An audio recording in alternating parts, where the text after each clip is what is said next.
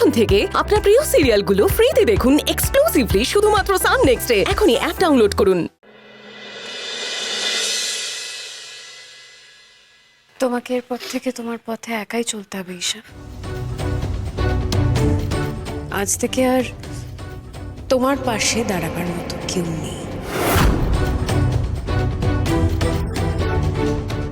তোমার নিজের লোক বলতে কিন্তু আর কেউ নেই। তুমি একদম একা। আর এটা যে জেলে থাকার থেকেও কত বেশি ভয়ঙ্কর, এটা নিশ্চয়ই তুমি বুঝতে পারছো। আমি না এটা হতে দিতে চাইনি ঈশা, কিন্তু এখন আমার মনে হচ্ছে কি জানো তো, যেটা হয়েছে সেটা হয়তো ভালোর জন্যই হয়েছে। হয়তো তুমি এভাবে নিজেকে শুধরে নিতে পারবে। আজ থেকে আমিও ছাড়া হাত পা হলাম চাকরিতে। আর আজ থেকে এই বাড়ির প্রত্যেকটা মানুষ আমার শত্রু।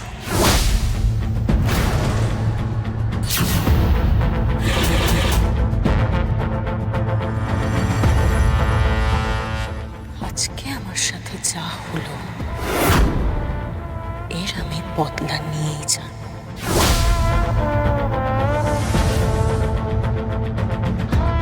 আমি আবার ফিরব।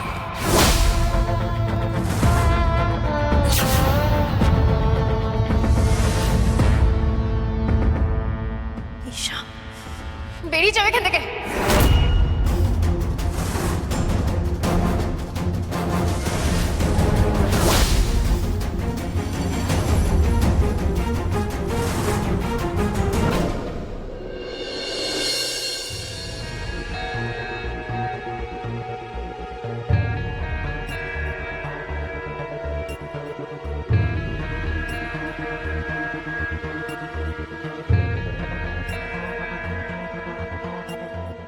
সেই কোন সকালে আসবে বলেছিল, এখনো এলো না। টিউশনের নাম করে তো বেরিয়েছে, কতক্ষণ ধরে ওয়েট করছে। এবার তো বাড়িও ফিরতে হবে, ফোনটাও রিসিভ করছে না। ডিসকাস্টিং। না না, খাবো না জাগৃতি। মা একটু খেয়ে নিন প্লিজ, জেদ করবেন না। দেখুন এটা ইলেকট্রলের জল আছে, খেলে এনার্জি পাবেন। আমার ভালো লাগছে না জাগৃতি। মা আমারও তো আপনাকে এভাবে দেখতে ভালো লাগছে না। আপনাকে কিন্তু এটা খেতেই হবে, না হলে কিন্তু আমি জোর করে ড্রিপ দেবো। আমি বললাম আপনাকে খাওয়া নেই দাওয়া নেই, সমানে খালি কেঁদেই চলেছেন। এরপর তো আপনি ডিহাইড্রেশন হয়ে যাবে। কি হবে তাতে? বড় যে মরে যাব। আজ যা দেখলাম, যা শুনলাম, এরপর আর বেঁচে থাকার কোনো ইচ্ছা নেই আমার। আপনাকে বারণ করছে তো মা, কি বলছেন আপনি? আমি আর পারছি না জাগৃতি, আমি আর পারছি না। ঈশাকে পেটে ধরেছি, এটা ভাবলে না ঘৃণায় আমার গাটা গুলিয়ে উঠছে। আমাকে আর কত কাঁদতে হবে বলতে পারো? আরো কাঁদতে হবে। এই কান্নাই তো এখন আমাদের নিত্য সঙ্গী। নিজেরাই তো বিষ বৃক্ষ রোপণ করেছিলাম না, ফল তো নিজেদের ভুগতেই হবে, কাঁদতে তো হবে। আমরা প্রতিদিন কাঁদবো আর প্রতিদিন নিজেরাই নিজেদেরকে সামলাবো।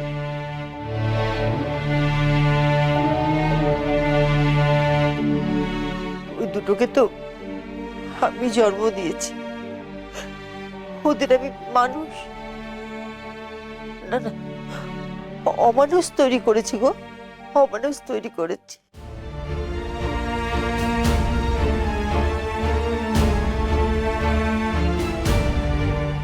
বাবা, তোমার কাছে আমরা ক্ষমা চাইছি। দেখো ঈশা যা করেছে তারপর তো তোমার কাছে আমরা শুধু ক্ষমাটাই চাইতে পারি। ক্ষমা চাওয়া ছাড়া তো আর কিছু করার নেই আমাদের। বাড়ির সকলের সামনে গিয়ে দাঁড়াবার মুখটাও তো নেই। প্লিজ আপনারা আপনারা এইভাবে বলবেন না প্লিজ। আমরা আর কথা বলার মতন অবস্থায় নেই। ঈশা আমাদের সে অধিকার কেড়ে নিয়েছে। আমরা বেশিক্ষণ এই বাড়িতে থাকবো না, চলো আমরা এবার যাই। একটু বসে যান না, একটু পর বেরোবেন নয়? চাকরিতে আমরা যতক্ষণ এ বাড়িতে থাকবো তোমাদের কলঙ্ক বাড়বে, সেটা আমরা চাই না। আমি বলছি তো।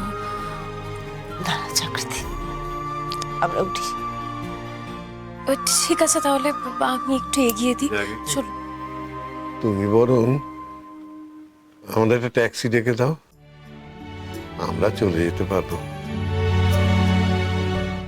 আর তাছাড়া বাড়িতে যে অবস্থা গেল, সবাইকে তো সামলাতে হবে না? আমরা ঠিক চলে যাব। চাকরিতে আপনি বাড়িতে থাকুন, আমি যাচ্ছি। না না, আপনার তো অফিস আছে, আপনি রেডি হন, আমি দেখছি কি করা যায়। আচ্ছা, অফিসে একটু দেরি করে গেলেও হবে। না, আপনি সবে সবে কাজে হাত দিয়েছেন, এখন ওদিকে দেরি করতে হবে না। আপনি যান, আমি পারবো। জাগৃতি, ওই শোনো না, তোমাদের বাড়ির কাছেই তো কোথায় যেন পায়েল পড়তে আসে না? তো ওকে একবার ফোন করে দেখো না। ওর যদি ছুটি হয়ে গিয়ে থাকে তো ওই সে আমাদেরকে নিয়ে যাক। হ্যাঁ, সেটা তো হতে পারে। দাঁড়ান।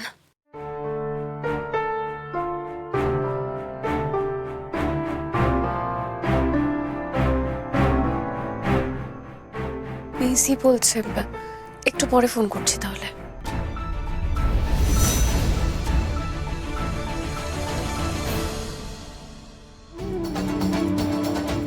কি করব? বাড়ি ফিরে যাব? পরে আবার কি বলে বেরোবো?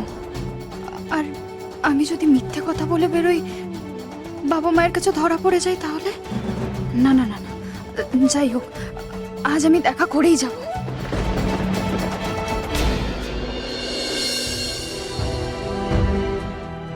যে নম্বরে আপনি কল করেছেন সেটি বর্তমানে ব্যস্ত আছে। এখনো বিজি বলছে।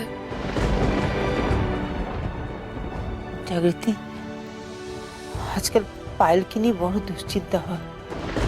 সারাক্ষণ কার সঙ্গে যেন ফোনে কথা বলে। আমার আজকাল মনে হয়েছে আমি বোধহয় আমার কোনো সন্তানকে মানুষ করতে পারিনি। না না মা, আপনি এটা কি বলছেন? পায়েল একদম লক্ষ্মী মেয়ে, ও এমন কিচ্ছু করবে না যাতে আপনাদের অসম্মান হয়। আচ্ছা, আমরা সবাই আছি তো, আমরা ঠিক পায়েলকে দেখে রাখবো। আপনারা পায়েলকে নিয়ে চিন্তা করবেন না। তাই যেন হয়, পায়েল যেন ঈশার পথে না হাঁটে। আচ্ছা, এরপর ঈশার কি হবে? এই দেখো, তুমি আবার ওকে নিয়ে ভাবছো? এর পরেও ভাবতে ইচ্ছে করছে তোমার? ভাবতে চাই না তো, কিন্তু পেটে ধরেছি, ফেলে দিতে পারি না। আমাদের মতো দুর্ভাগ্যজনক এই পৃথিবীর কোনো মা বাবার না।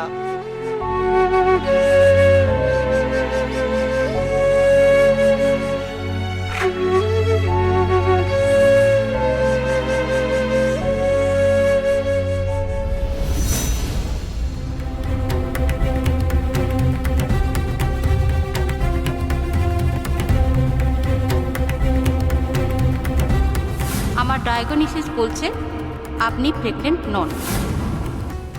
জেলের ডাক্তার পরিষ্কার লিখে দিয়েছে যে উনি প্রেগনেন্ট নন। তোমার ব্যাংক অ্যাকাউন্ট ফ্রিজ করে দেওয়া হয়েছে। ঈশার সাথে এক বাড়িতে থাকা যাবে না, সইটা করে দে প্রতীক।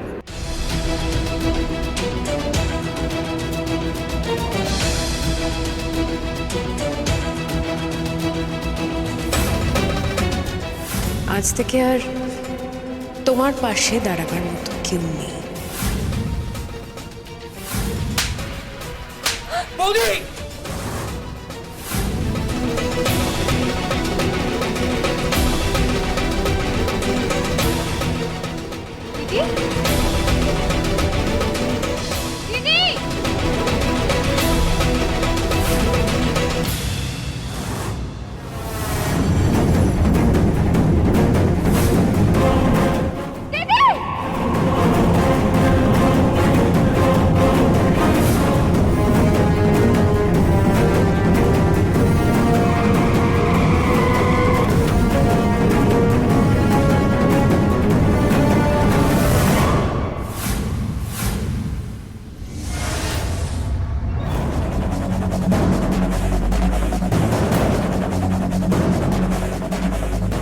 এই দিদি, তুই ঠিক আছিস?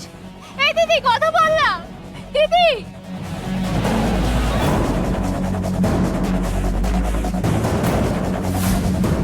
কি মশাই, এত তাড়া কিসের? আর একটু হলে তো ওনার ওপর দিয়ে গাড়ি চালিয়ে দিতেন।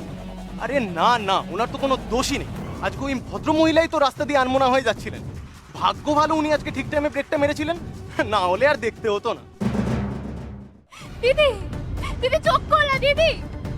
এই দিদি, দিদি।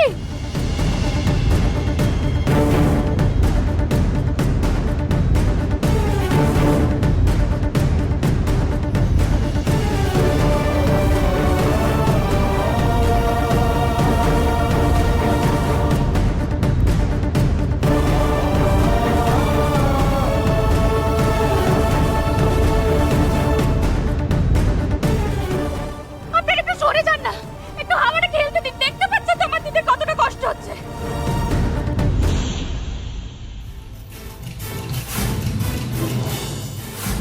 আরে উনি তো মিসেস ঈশা রয় চৌধুরী, আরসি কনস্ট্রাকশনের ছোট বউ।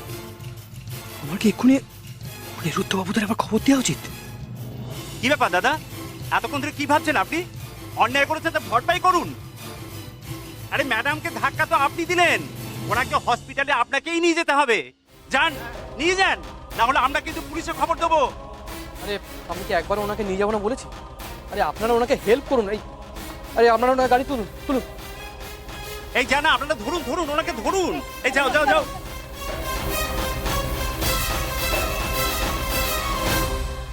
আজ একটা কথা ভেবে ভালো লাগছে, ঈশার আসল চেহারাটা সবার সামনে এলো।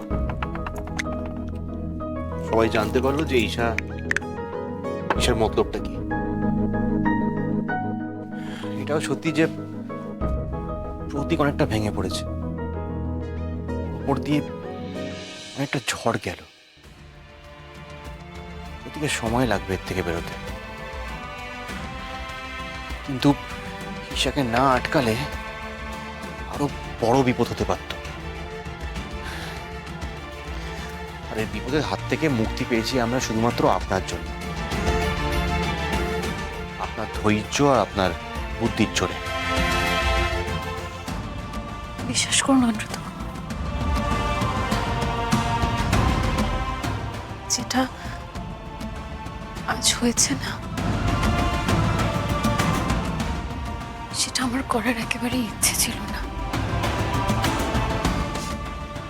কিন্তু যেটাই হোক না কেন, সেটা আমি পরিবারের কথা ভেবে করেছি, ঈশার কথা ভেবেছি। এরপর যদি ঈশা শুধরে যায় তাহলে মনে করবো যে যেটা হয়েছে সেটা ভালোর জন্যই হয়েছে। কিন্তু যতদিন না শোধরাবে ততদিন। আপনি বিশ্বাস করেন যে ঈশা শুধরে যাবে?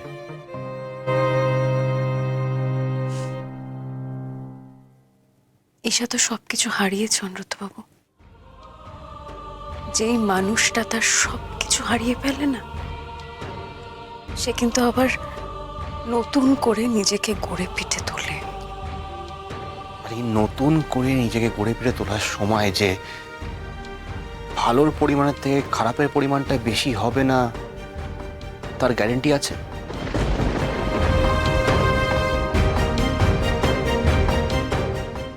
না, তার গ্যারেন্টি তো নেই। কিন্তু যদি ঈশার অনুশোচনা হয়, দেখা যাক।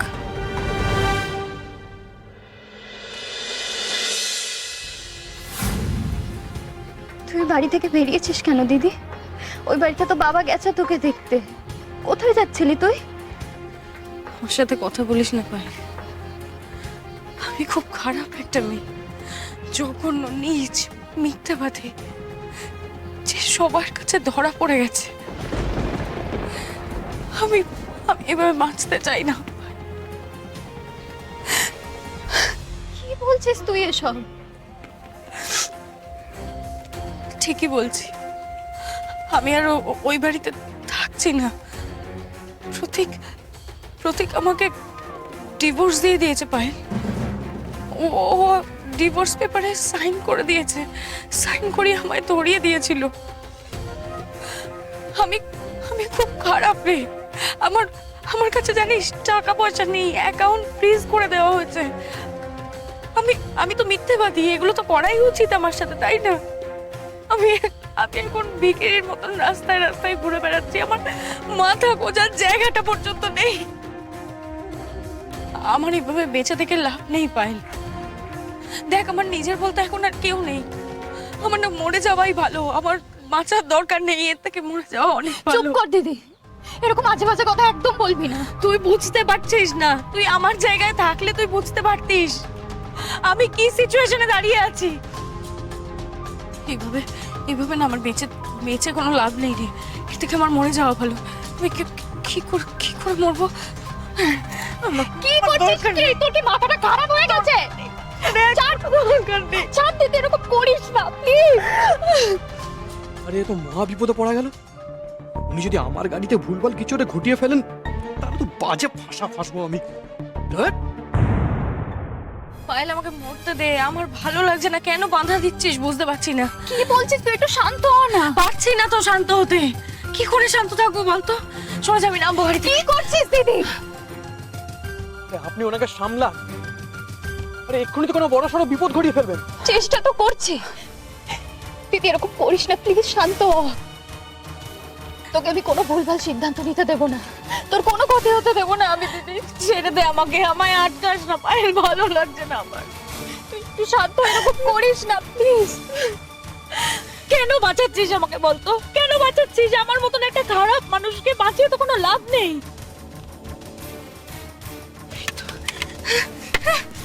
কি করছিস? আরে কি করছেন? কি শান্ত হন, এসব কি করছেন? থামুন। কেন থামবো আমি? আপনি প্লিজ এর মাঝে ঢুকবেন না, প্লিজ। আপনি প্লিজ ওনাকে থামান। চেষ্টা তো করছি দিদি, এরকম করিস না। আমাকে আটকাস না প্লিজ, আমায় আটকাস না, আমাকে মরে যেতে দে। ভালো লাগছে না, আমি এইভাবে বাঁচতে চাই না। তুই একটু চুপ করে বস, এরকম বলিস না প্লিজ। কেন এরকম ভাবে বলছিস বলবি আমায় একটু পায়েল? কেন? তুই তো আমাকে পছন্দই করিস না। তাও তুই আমার দিদি, তোর কোনো ক্ষতি হবে আর সেটা আমি বসে বসে দেখবো? এটা হয়? আমি জানি তুই অনেক খারাপ কাজ করেছিস, কিন্তু আমি তাও তোকে ভালোবাসি দিদি। তুই সত্যি আমাকে ভালোবাসিস? হ্যাঁ, আমি ভালোবাসি, খুব ভালোবাসি। সত্যি? হ্যাঁ সত্যি। দিদি, দিদি কি হয়েছে? ছোটবেলা দাদুর মুখে শুনেছি যে একটা মানুষকে ভালোবাসা, স্নেহ, মায়া, মমতা ভালো মানুষ করে তোলে। আমিও সেটা বিশ্বাস করি। তার সাথে আমি এটাও বিশ্বাস করি যে ঈশার মধ্যে ভালোবাসা থাকলেও স্নেহ, মায়া, মমতা এসব কিচ্ছু নেই। ঈশা ভালোবাসে, ঈশা শুধু টাকা ভালোবাসে আর নিজেকে ভালোবাসে, তাছাড়া কিছু না। তাই আমার মনে হয় না ঈশা কোনোদিন শুধরাবে।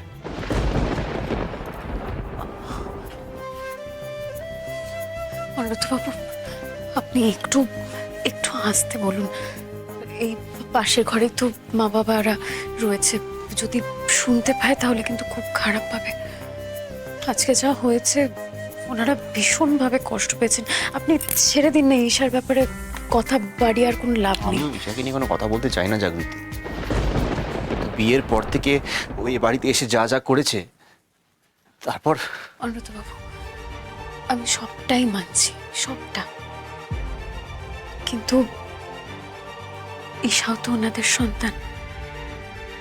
আজকে যেটা হয়েছে, ওনারা একদম ভেঙে পড়েছেন অনুব্রতবাবু। তাও ওনাদের সঙ্গে তোজো মিহি আছে বলে ওনারা কান্নাকাটি করছেন না। কিন্তু আমি খুব ভালো করে জানি এই সিচুয়েশন থেকে বেরোতে, এই সিচুয়েশনটা সামলাতে ওনাদের সময় লাগবে। ও হ্যাঁ, ভালো কথা, পায়েল তো আপনার ফোন তুললো না, কল ব্যাকও করেনি। তো আমি এক কাজ করি না, আমি অফিসে যাওয়ার পথে ওনাদের ড্রপ করে দিই। হ্যাঁ সত্যি তো, পায়েলকে আমি 6 বারের মতো ফোন করেছি, ঘন্টাখানেক হতে চললো, কল ব্যাকই করেনি। এটা তো জেনারেলিও করে না, কেন করছে কি জানে, আশ্চর্য তো। কিন্তু মাও বলছিল জানেন তো, যে বউ নাকি আজকাল খুব ফোনে ব্যস্ত থাকে, কেন কি জানে। কেন আবার? হয়তো প্রেম করছে। নতুন নতুন প্রেমে পড়লে মানুষ একটু এরকম করে।